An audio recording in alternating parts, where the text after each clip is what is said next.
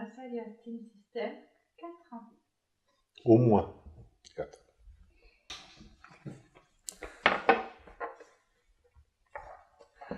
Nous sommes le 12 novembre, en l'an 27 de la Nouvelle République, au Choco-Théâtre à Massalia. Pichoun passe la tête entre les deux pans du rideau rouge. Du haut de la scène, le nain observe. Ce soir, le célèbre café-théâtre du cours Julien affiche complet. Les spectateurs sont assis sur d'épais tapis chamarrés, à même le sol. Sur les guéridons métalliques, aucune fumée ne s'échappe des théières en faïence décorées par Mouchat, pas plus que des gobelets où sont servis les breuvages.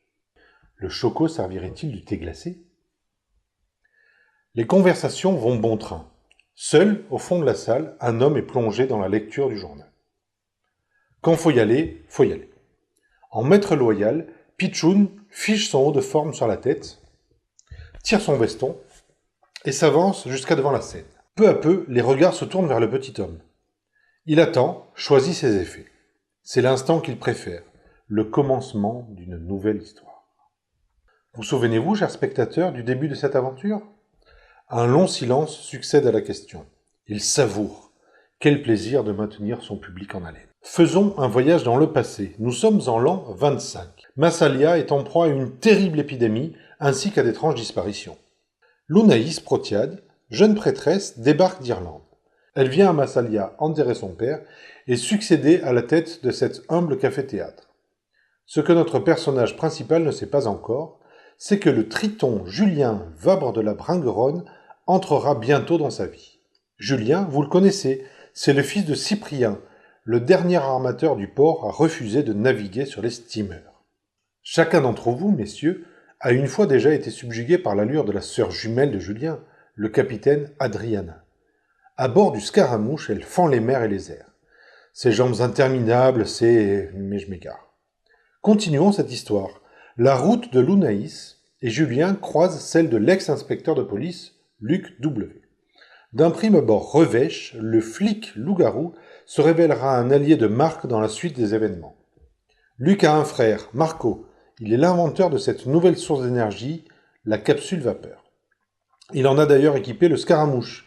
Et à cette équipe improbable se joignent, bien malgré elle, la petite Satinka, atteinte de la terrible maladie qui sévit sur la ville, sa mère Maria, la danseuse rome, et Red, une courageuse salamandre. Suspendus aux lèvres du narrateur, les spectateurs oublient de vider leur tasse. Pichoun, à cet instant, sait qu'il a rempli sa mission. La représentation de ce soir sera un succès. Souvenez-vous, l'origine du fléau remonte à la nuit des temps. Il y a 2600 ans, Massalia est fondée. L'union de Protis et Gyptis suscite la jalousie de Coman, le frère de la jeune mariée. Dès lors, il n'a de cesse de vouloir prendre le pouvoir. Ses descendants sont élevés dans cette haine. De leur côté, les filles de Gyptis, génération après génération, consignent leurs connaissances dans un grimoire. Elles se préparent. Cet opuscule détient la clé pour vaincre le mal absolu. Encore faut-il savoir qui en est à l'origine, me demanderez-vous. Et voilà, c'est tout pour ce soir. Si ça vous a plu, je vous conseille de partager ici, car plus la vidéo sera partagée, plus elle sera vue, plus vite on vous relira quelques extraits de Massalia.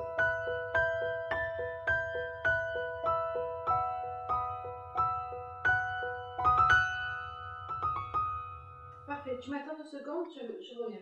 Ouais, je l'attends 2 secondes, elle revient. Elle tourne le poulet. Plus vite, plus vite. Ce que tu veux, mais plus vite. Et voilà. Ça recommence.